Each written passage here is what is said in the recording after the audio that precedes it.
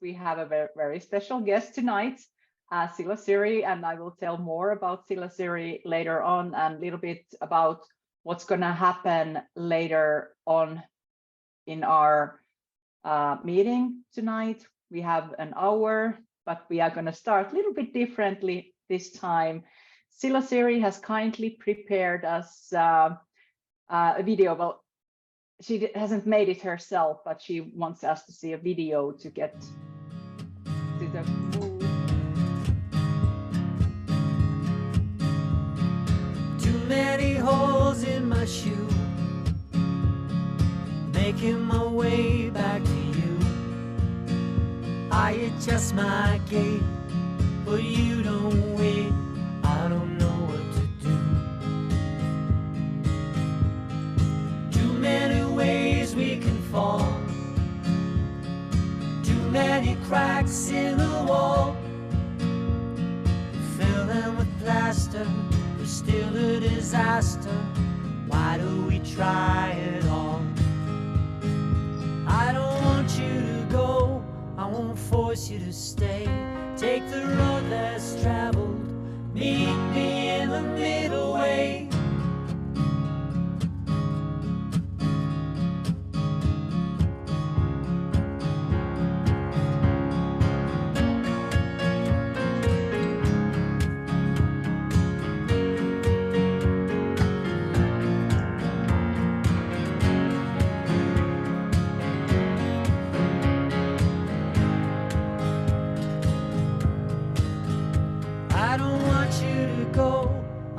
Force you to stay.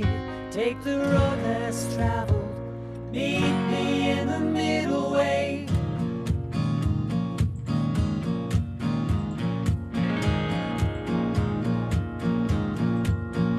We could lock it in, or scream and shout, ruminate, or let your feelings out.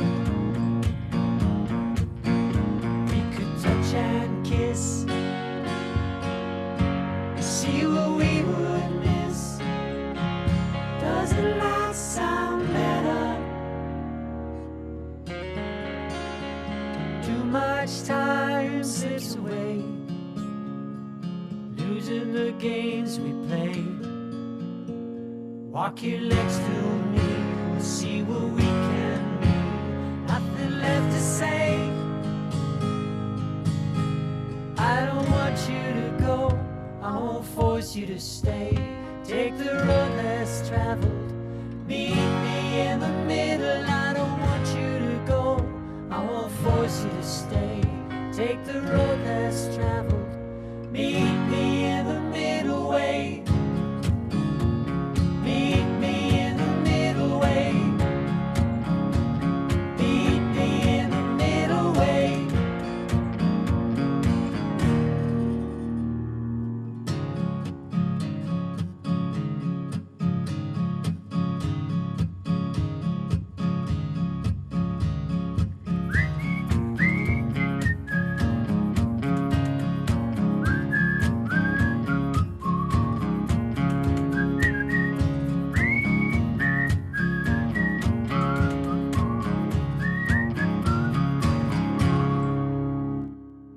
And with that video, we would like to welcome everybody for tonight's teaching of the Buddhist Recovery Network Academy. My name is Susanna and I'm joining you from Helsinki, Finland, and I will be your host today. I'm a big fan of Buddhism recovery and Buddhist recovery. I facilitate both 8-step recovery meetings and mindfulness-based addiction recovery courses here in Finland. I'm a member of the board of the Buddhist Recovery Network. And today, we have a new academy teaching offered by Silasiri. The pronouns are she and her. Thanks for the offering and joining us today. The topic of the teaching is a place between what is along the middle way. And I'll tell you more about the topic and Silasiri in just a while. Thanks everyone for being here and being part of our community today. And the format for the next about an hour will be, first we will start off by a meditation.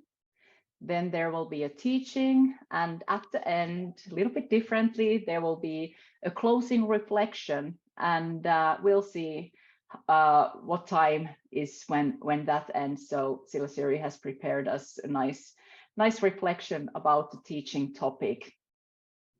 And then few words about Dana. All of our teachings are given freely, and we are blessed with some amazing teachers who have experience on the cushion, experience working with body, speech, and mind, experience in the ongoing practice of recovery by the way of Dharma.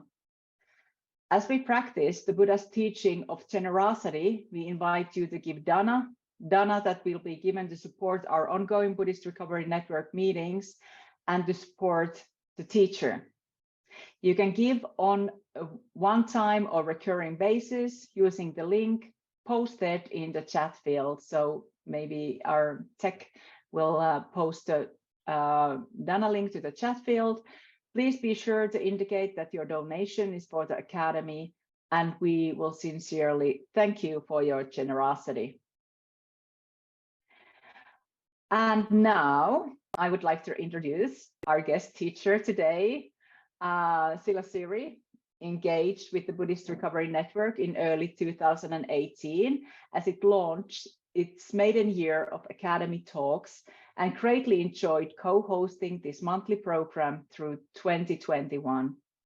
By the way of meditation, Dharma study, and beautiful and supportive Sangha, she moved into recovery from childhood trauma, substance abuse, and self-loathing, and continues to deepen her understanding of compassionate healing as taught by the Buddha and shared by the recovery community. A longtime peace and environmental activist and animal lover, Silasiri lives in New Orleans, LA, and was ordained in the Triratna Buddhist Movement in May 2021.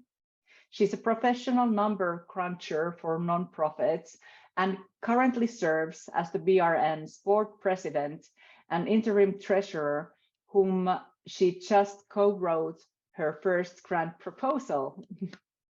She supports Dharma study, anti-racism work, and Eco-Sattva training within her Sangha and in the community at large, and embraces the Dana economy for all the freely given resources that it circulates among us. And as said before, the topic of the teaching is a place between what's along the middle way. So here's something about the teaching. The Buddha revealed to us an eightfold path as a way to work with and move beyond suffering, a way to be in recovery from the three poisons in all their many forms. How do we embrace this middle way of being with curiosity, awareness, and engagement? And what does it reveal to us along the way? Let's notice the qualities of the change that comes as a result of our efforts. Let's practice widening our view to see the distances we have traveled, how we're becoming, what energizes our practice and gives life to our regular steps along the way. So Silasiri, the screen is all yours. And thanks again for being here in advance. Thank you, Susanna. Thanks for everyone for showing up. This is a real joy to be here. Just having this natural evolution from Academy host, which I did for so long, to being able to offer a teaching to you. And yeah, it's just giving me a lot of joy right now to see your faces. So maybe we could begin with a meditation. And I have a bad clicking habit. I'm going to try to keep that clicking habit under control while I'm leading this meditation, perhaps sitting on my hands. I just wanted to give you a little bit of a heads up that you may experience an occasional click. So if everyone, and is my volume okay for folks? Are you able to hear me clearly? No. Great. So we're going to have a little element bath today. So yeah, take your meditation posture. Just feel your body touching the earth. Just let in a deep sense of groundedness. It's kind of seep into you, feeling all the points where your body is making contact with something that supports you. Maybe it's your sit bones, your knees, your ankles, your feet. Feel that which supports your hands and your wrists.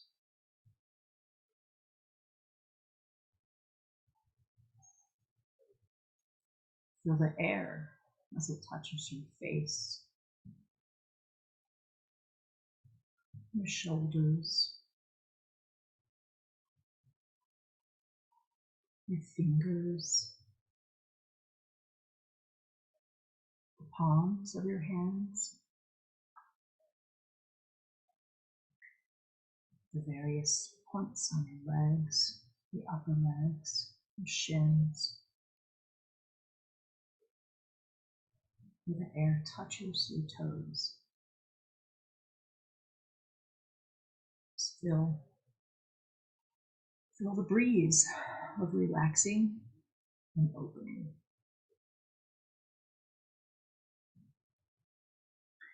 So now let's soften our eyes. Let's relax the facial muscles. Relax the neck and shoulders. Just feel the kindness in that. Feel the kindness around your eyes as you relax.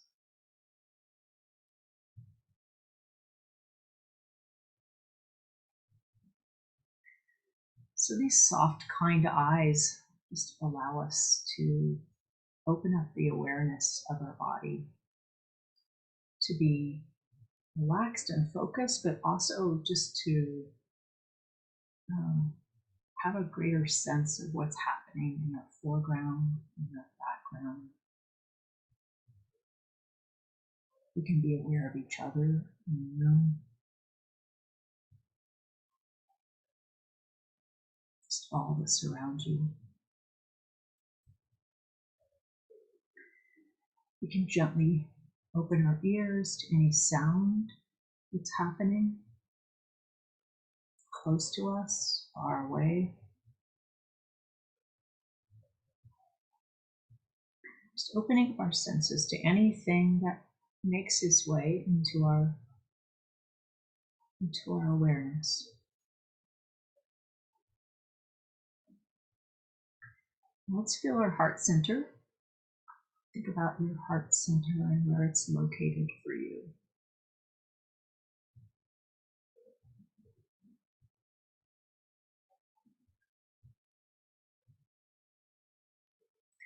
Feel your breath at the points of inhalation, exhalation. Where do you feel the breath entering and exiting your body?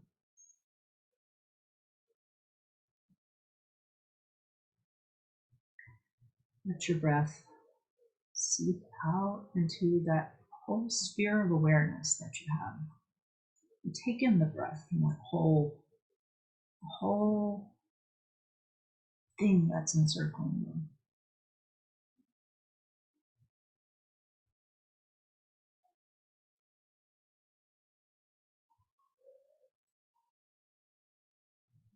Now let's do a little listening exercise. And I'm going to be chanting the elements. And if you can try to let the elements wash over you and to wash through you, and try to feel them move from outerness to innerness. These elements they make up our bodies and they make up the environment around us. They're just part of our conscious experience and our unconscious experience.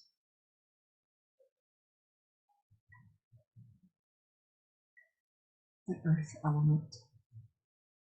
Za, za,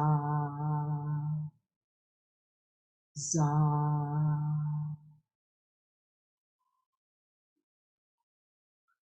Water. Rum, rum, rum.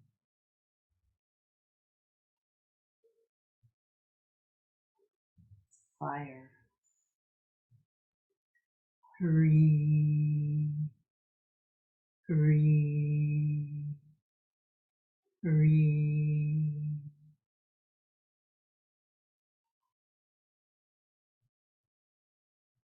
Air. Ah, ah, ah.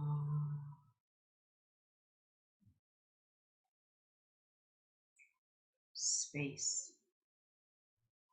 Home, home, home.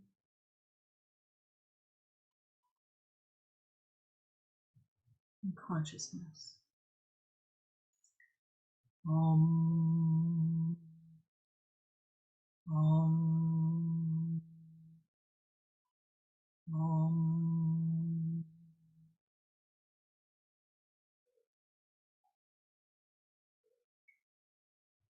Om Swabhava Shuddha Sarva Dharma Swabhava Shuddha. Om Swabhava Shuddha Sarva Dharma Swabhava Shuddha. Om Swabhava Shuddha Sarva Dharma Swabhava Shuddha.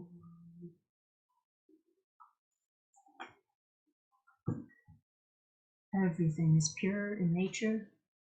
I am also pure in nature. Pure as in shunyata.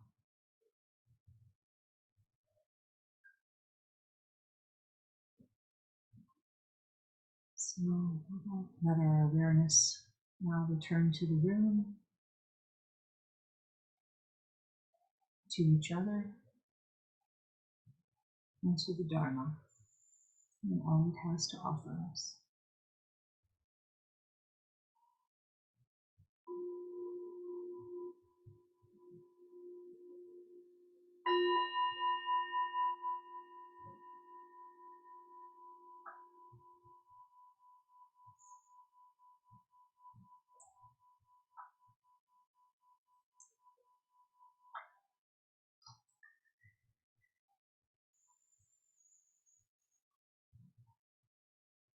So welcome back. So if we go back to the Buddha's first teaching after his enlightenment, which he delivered in Deer Park at Sarnath, he gave us this discourse on the turning of the wheel of the Dharma. And this is our core Dharma. That there are four noble truths: suffering, the cause of suffering, the cessation of suffering, and the way leading to the cessation of suffering. And the last of these is the Noble Path, the Noble Eightfold Path. And this is otherwise known as the Middle Way. So on this path, which is made up of 8 steps, we have 2 paths actually. We have the path of vision and the path of transformation. And the path of vision correlates to the first step, which is perfect vision, which is also known as right understanding or perfect understanding. So this is the first step, and it's not just sight, but it's something direct, immediate, and intuitive. It's about our initial spiritual insight and experience. It's that spark. The path of transformation correlates to the remaining 7 steps, which are perfect emotion, perfect speech, perfect action, perfect perfect livelihood, perfect effort, perfect awareness, and perfect meditation. And these steps are about the transformation of one's whole being in all its aspects and all its facets. And it's part of what follows our initial insight and experience. It includes our conscious effort, our unconscious effort, always this work that we're doing, and the beneficial change that we're likely to experience as a result of it. So the initial experience of right or perfect vision probably arises in many different ways for many of us.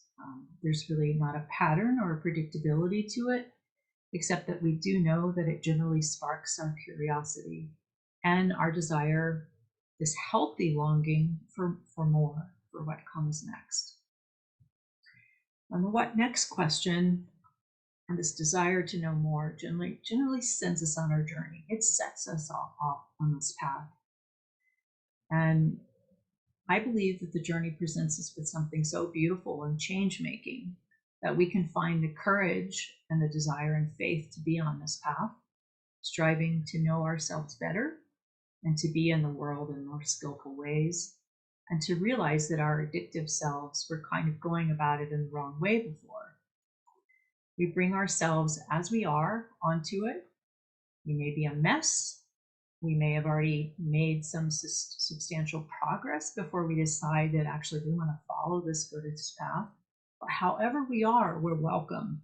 We're welcome, and there's room for us.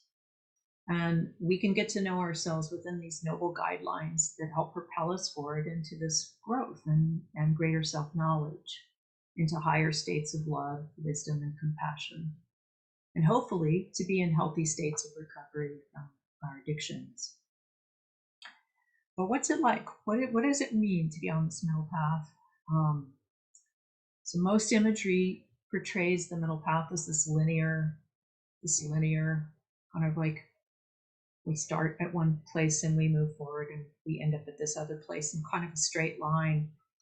But for some of us, it might be more like a mandala. It might be this circle of effort where we recognize that there is value in the three jewels, in the Buddha, the Dharma, and the Sangha.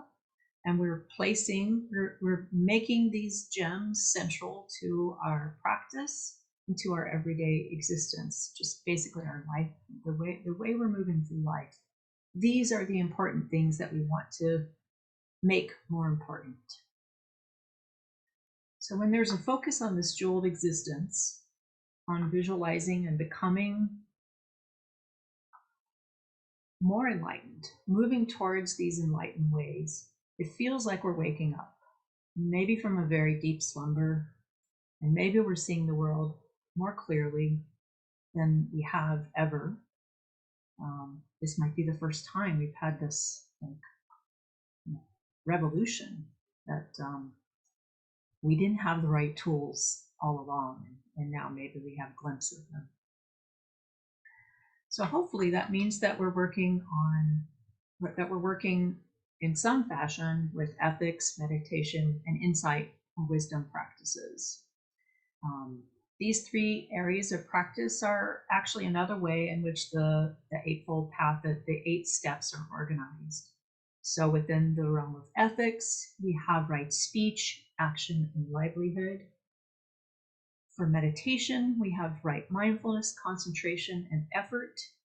And for wisdom or discernment, we have the path of right view and understanding, or right thought and intention.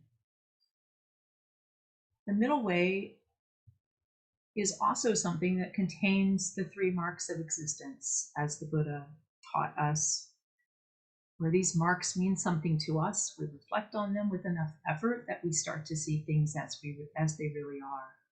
So you begin to see the impermanence, the dissatisfaction, and the dukkha, or the suffering that we experience, how we're holding on to it for dear life, how we create our own suffering, how we hang on to the second arrows, and we might even be wallowing in our discomfort and unskillfulness, because change is so very hard.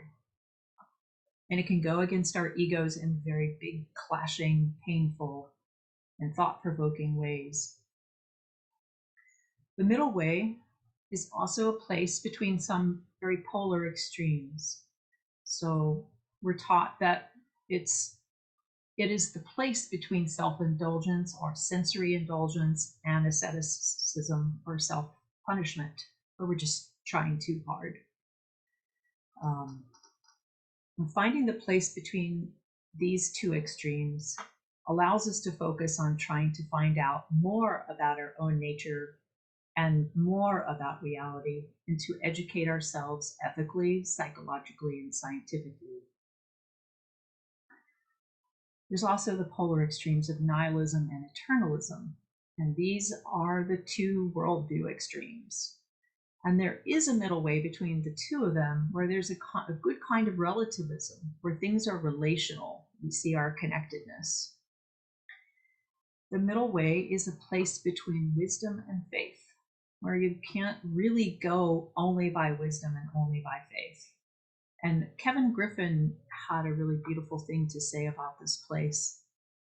Balancing wisdom and faith means keeping an open heart and an open mind, not closing ourselves off from the unknown, from possibilities yet unexplored, and not seeking quick fixes or supernatural solutions to our problems. Life is a mystery, the mind an enigma, the possibilities for spiritual growth endless, if only we're willing to explore. As human beings, we have amazing abilities to think, to feel, and to experience wonder. So balancing wisdom and faith sets us firmly on the path of freedom, connecting us to the great mysteries of life and the heart. Our job is to keep opening to the mystery with joy, gratitude, and bright attention. So my experience of the middle path also includes these polar opposites, and just finding some place to rest between them, but also to make effort. There's the conventional and the absolute. There's the difference between gross and subtle. And the more we practice, we really move from this gross place to this subtle place, where our awareness just becomes more fine-tuned. It's between reactivity and responsiveness. It's between detachment and equanimity. It's between aversion and loving kindness. It's between attachment and clinging, and this willingness to relinquish, to renunciate something that's not working for us. It's a place between greed and what becomes a very natural generosity. It's a place between delusion and discernment, harsh judgment and wise acceptance, self-loathing and self-love, even the idea of self and other, that begins to be something that you can help dissolve when you're on this path following the 8 steps. It is a place between self-exile, feeling that you're a misfit, and feeling connection, being in close relationship with others. It's a place between overly striving and peace, between effort and letting go, between tightness and boundlessness, a sense of just spaciousness. It's a place between our samskaras and our conditioning that hold us very tightly to the loosened sense of freedom and liberation. It's a place between unbecoming, where we feel static and stuck, to a place of becoming, where we feel mutable, transformable, changeable. It's obviously between asleep and awake, and samsara and nirvana. But more than that, it's a place where we can be in this world, but we're not of it. We're not all about this world. It's a place where we can recognize where we've been, how far we've come, and how far we have to go. It's a place where we feel held and supported, and we might be willing to offer that kind of support and holding of others. It's a place where recovery is possible, and we don't need to go to extremes to be in it. We can actually be in this gentle middle way. It's a place where we can cultivate change and plant seeds of service and watch them grow. It's a place where we have the support of each other. We have the support of Sangha. We have the wisdom of those who have been practicing for longer than we have, who can offer us friendship, mentorship, some guidance. It's also a place where we can just be righteous peers, just be really good to each other, recognize each other's potential. It's a place where we can hopefully be very authentic, come as we are, know that there's a place for us. It's a place where mindfulness, meditation, and how we live our lives matter, and how we see the fruits of it's a place where we see the fruits of our efforts, and we see the interconnectedness of all beings, the value of all beings.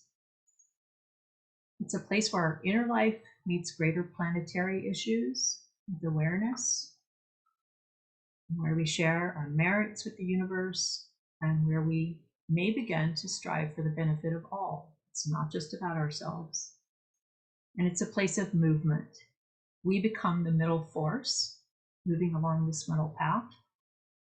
It's a curious, cumulative journey where we bring our insight with us as more and more is revealed. So I just wanted to say congratulations for being here with me. I feel like I'm in it with you, and sadhu. Just a moment to recognize that we're all here. We showed up. So I thought we could move into another visualization practice. And then I do think that there will be some space to hear from you what your experience of the middle path is, and perhaps what's your current, what's a prominent experience of it for you, and what keeps you going, what keeps you engaged and aware and forward moving. So we'd like to close your eyes and take you on another short journey. So imagine you're outside on a very cold, dark night. And there's a quite large hot bonfire in front of you, keeping you warm. So really think about this bonfire. See the light in front of you. See the flames. Hear the wood popping in your ears as it burns. Smell the smoke as it enters your nostrils. It is a fire.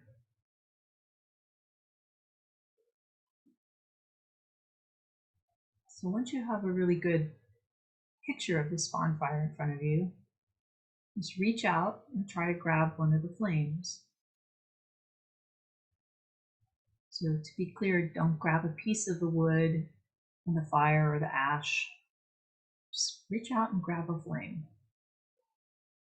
And once you've done that, open your eyes.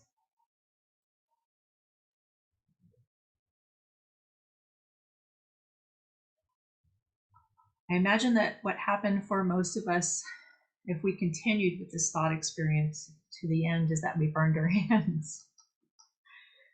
Fire is burning hot, obviously, and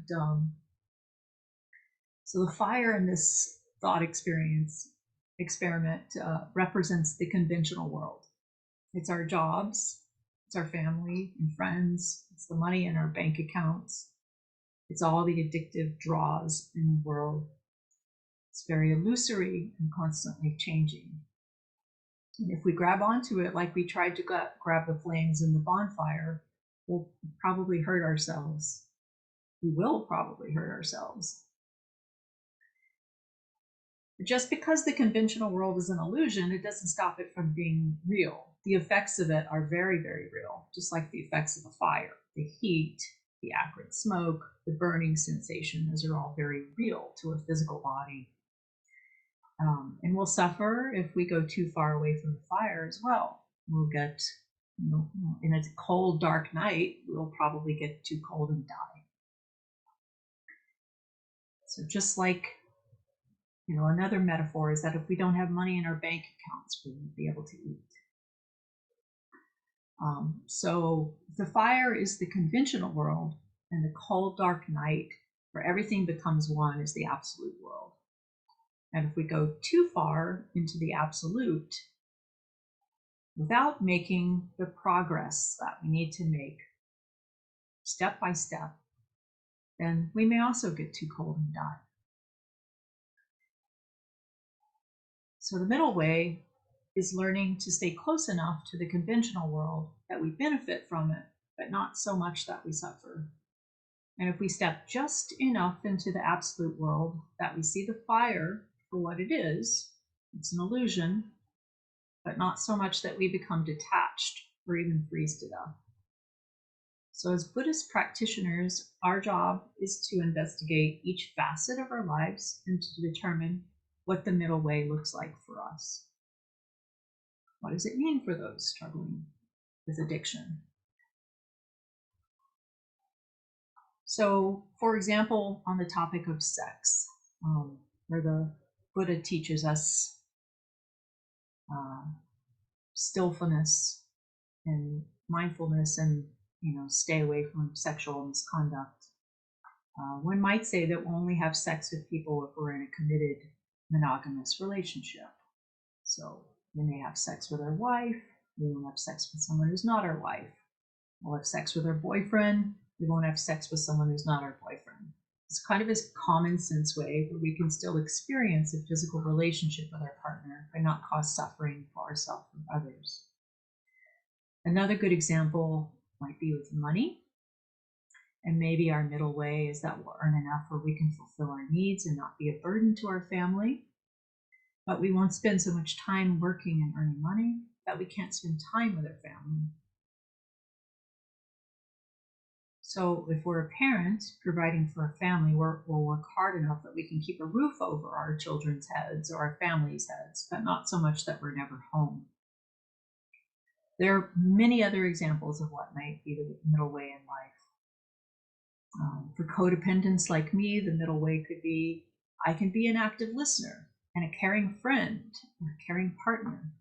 And I can hear you express your needs and your experiences, but it's not my place to judge you or to try to fix you or your problems. So each of us has to examine the conventional world and decide these things for ourselves. And as we do this, we discover what the middle way means for us. And it could be an experience like any of the things that I've mentioned, or you can have your, it's very personal. And this is really what I think the Buddha meant by trying it on, experimenting with this path and finding your place on it and finding how it works for you. So I do want to invite folks to chime in, to share. I think that part of what makes this community really great is being able to share on something I haven't thought of, something you've been thinking hard about. And so if anybody has anything they'd like to offer or express about anything I've said or what the middle way means to you or what keeps you strong on it, what inspires you, engages you. I'd love to invite that.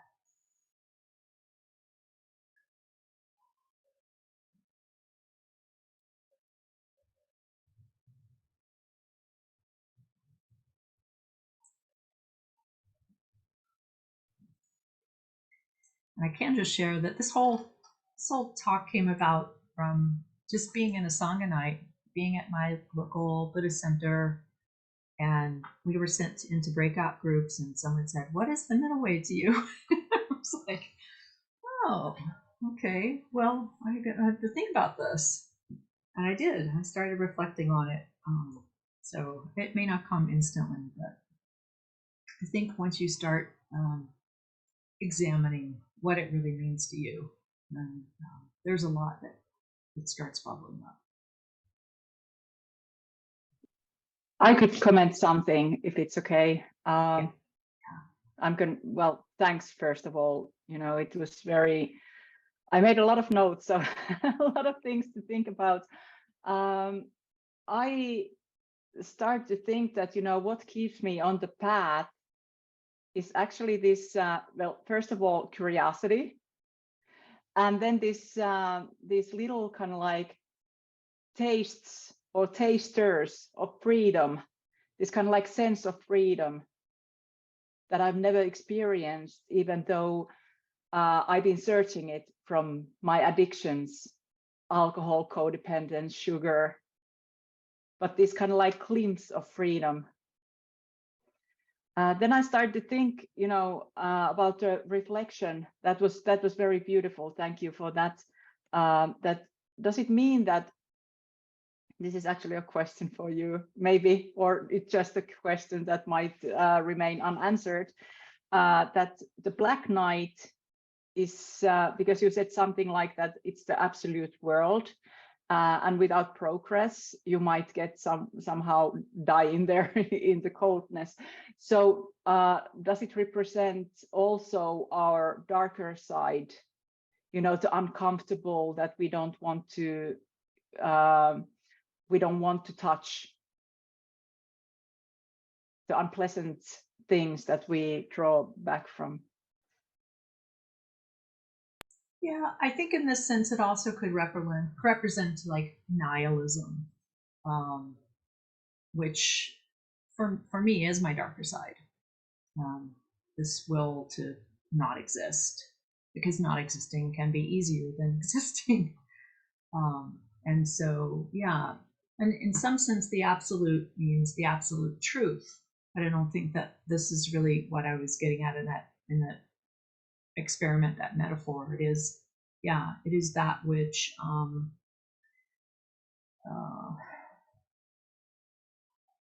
so in a nihilistic sense, it's thinking that there's nothingness and what I'm doing doesn't matter and there are no consequences.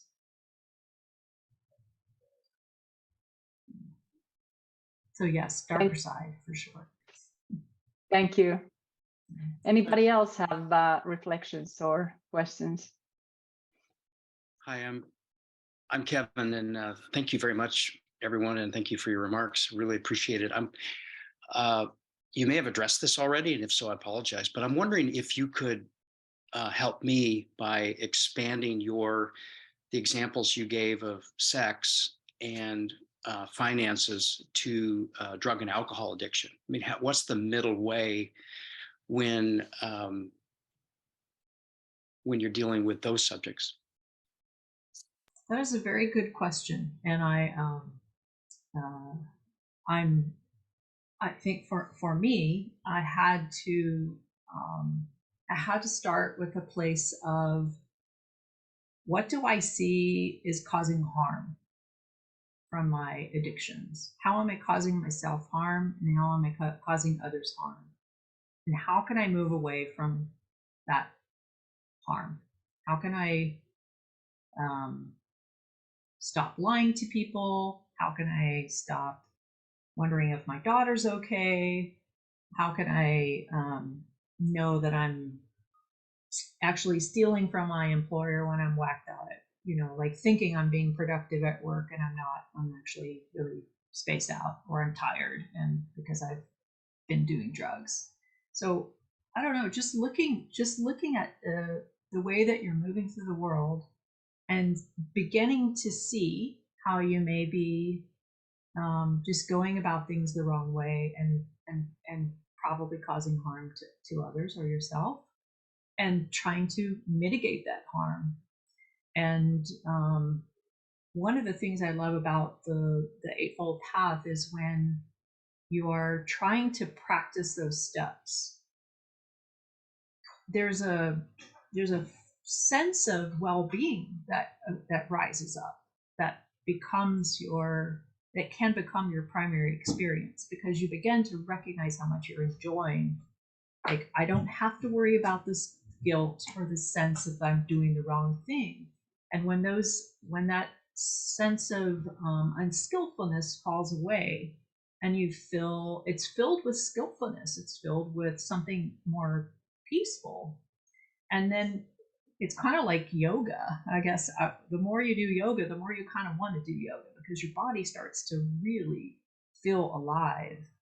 And that's how I began to move through it, is like first trying to mitigate harm, and then as I wasn't worrying about the harm I was causing in the world, more positive emotion started to fill my world. And then I just started to focus on that positive emotion and how I could generate more of it. I don't know if that answers your question, but we have to start somewhere. And so I think finding that place where we can start to feel better about ourselves, and recognize that we are Buddhas all along. We are enough just as we are. We don't need these external, we don't need substances, we don't need these habits, and just practice letting go and see how it feels, and see if there's some positive emotion that you can just really embrace, and see if it kind of propels you forward. Thank you very much.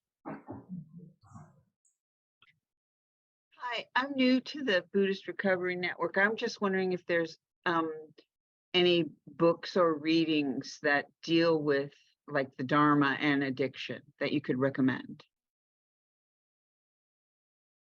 One of the quotes that I shared was, sorry, my husband's coughing in the background, was Kevin Griffin's Breath by Breath, which was one of the original Buddhist recovery books. There's also the 8-Step Recovery by Vimlasara Mason John.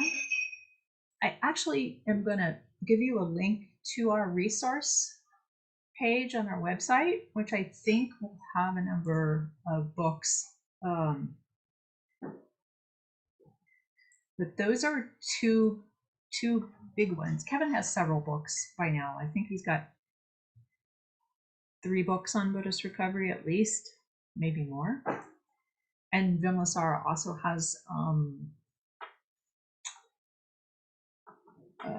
it's the one about trauma and self-love. But let me give you the link to the website where you can look at our resources there. And we are going to be introducing a new website, hopefully in the next couple of months, that we'll keep building on these resources. And the Recovery Dharma also has a book that many people love, many people use and love. And it's just called Recovery Dharma.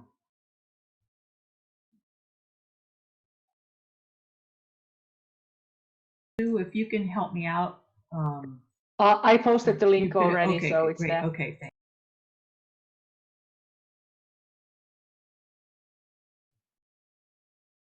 Anybody else have questions or comments? I'll share. Thanks. I thank you so much for your talk. And I appreciated the chanting of the elements. Water came in for me in the form of having taken a shower. And before that, I was reading an article about the droughts and seeing pictures of the dying animals. And in taking this shower, I was appreciating the warm water and the water itself. And it came to me, and so I've had enough, I don't have to indulge. So it was the greed, and I just really appreciated it and turned off the shower. And so, yes, so that happened.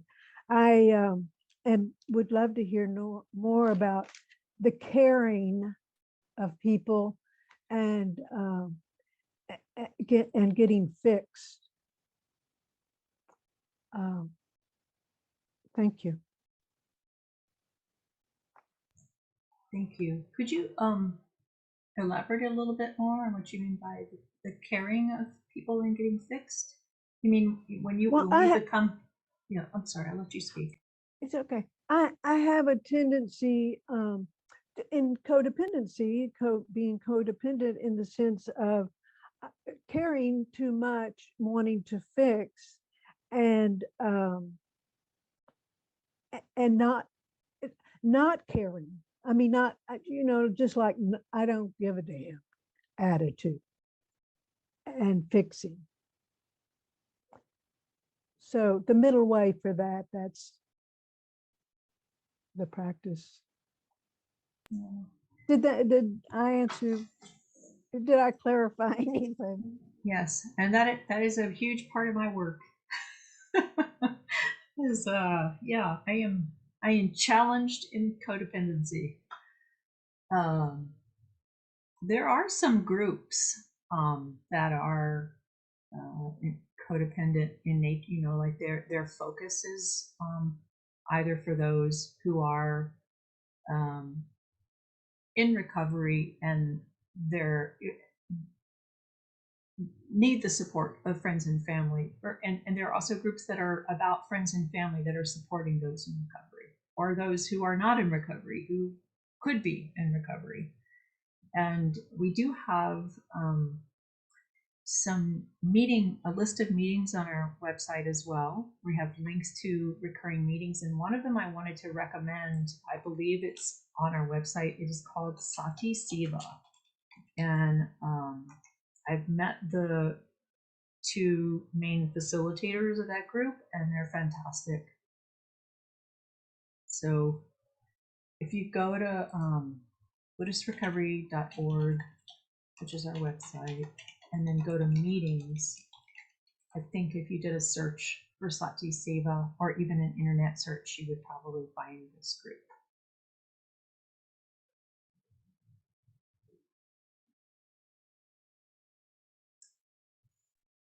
Does anyone else have anything they'd like to share? My name is Diane. Grateful to be here. Thank you so much for your share today. And I think for me too, the middle way is being free from the stories. The story of me being an addict, story I was handed, being in my family situation and taking on that.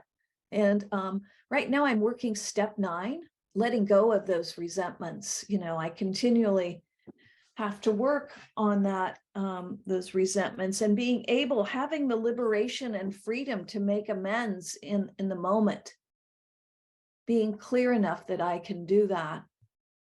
And I'm able to at some points, and then other times I almost feel like my addiction, that's kind of food for it, keeping those resentments alive. So I can ruminate on them and go, why did I do that? That self-loathing, like you mentioned, and having compassion out of that suffering to forgive myself and others for who I want them to be when I'm in that Al-Anonic kind of state too. What I want situations, that clinging with that. And I'm just so grateful that I have these meetings to attend that offer me to practice these principles in all our affairs and learning new things and being receptive to that, the curiosity that you mentioned. That's really helped me a lot in the program, being curious. So thank you so much. Thank you, Diane. Yeah, I'm really grateful when I hear that meetings are helping. Yeah, we all need to find our method and our tools, and meetings are a great way because it's already a It's already some form of community that you know will probably have something that you can learn from and something you can share. Thank you, Silasiri. I think that we're going to start closing because the time is running out. Thanks for your teaching and all the reflections and meditations. It was I'm so grateful that you came with us tonight. And I'm sure that I can say it from behalf of everybody here. And then I would like to take a moment to talk about Dana once more, because your generosity can help to strengthen the recovery community and to grow the academy, and can be a practical expression of gratitude and metta. We invite you to practice generosity and to give Dana in support of these teachings to be shared with our teacher and with the Buddhist Recovery Network. There is a link in the chat that will direct you to the BRN website. So, and please indicate that your donation or Dana is for the Academy.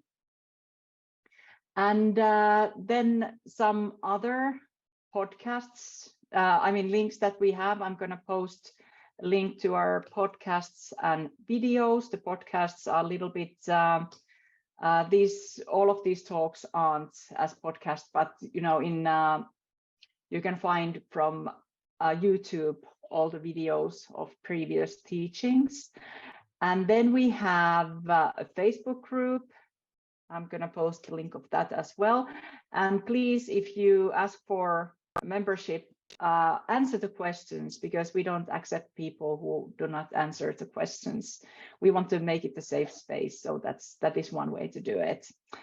And our next BRN Academy event is on Sunday, December the 4th. It's going to be with Vimalasara. And Silasiri, do you have any links for people that you would like to recommend? You know, I don't have any links, but I have a really great book that I would like to recommend. And this is a book by, sorry, you're not going to be able to see it that way. It's called The Buddha's Noble Eightfold Path, and it's by Sangha, who is one of my teachers. And I really think it's a fantastic exposition of the Eightfold Path. So I will just put that link in the chat. Thank you. Oh, and there is also a course that is being taught by Martine and Stephen Batchelor, and I think about 6 different Buddhist teachers who are starting a course on the Eightfold Path and what it means to have that, like what it means in your life. And so I will find that link while you wrap up. Thank you. And I'm gonna give a little advertisement that has to do with that Eightfold Path book, because I also love it. It's very kind of like simple, and it still goes very deep. You can also listen to the talks.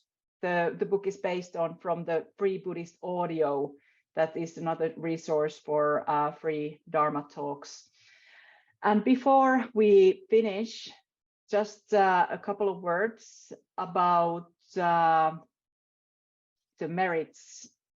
So thank you for joining us today. May the merit gained benefit all living beings. May we all be well, happy, and peaceful. And I hope to see you in December or next year. Okay, go safely, and thanks for coming, everybody. And we will keep